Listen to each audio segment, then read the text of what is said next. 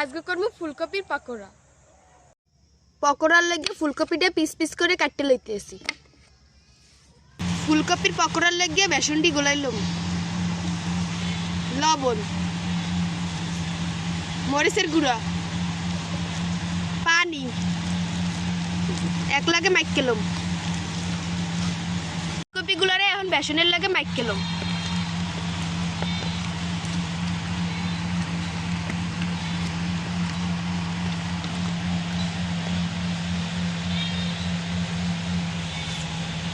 বিসমিল্লাহ।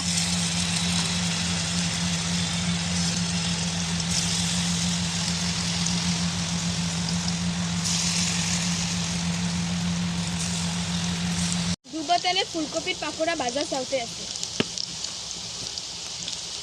বিয়ালের নাস্তায় আপনারা ইয়ে বানাইতে পারেন, একসেন মজা। শীতকালের সবজি তো সবই মজা, যে বানাইবেন হেই দারুণ মজা।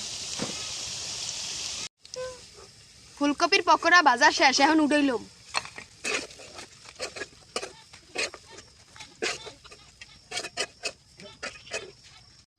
পাকোড়া রেডি হয়ে গেছে, এখন সস দিয়ে গরম গরম পাকোড়া খাম। বিসমিল্লাহ, খাওয়া শুরু করলাম।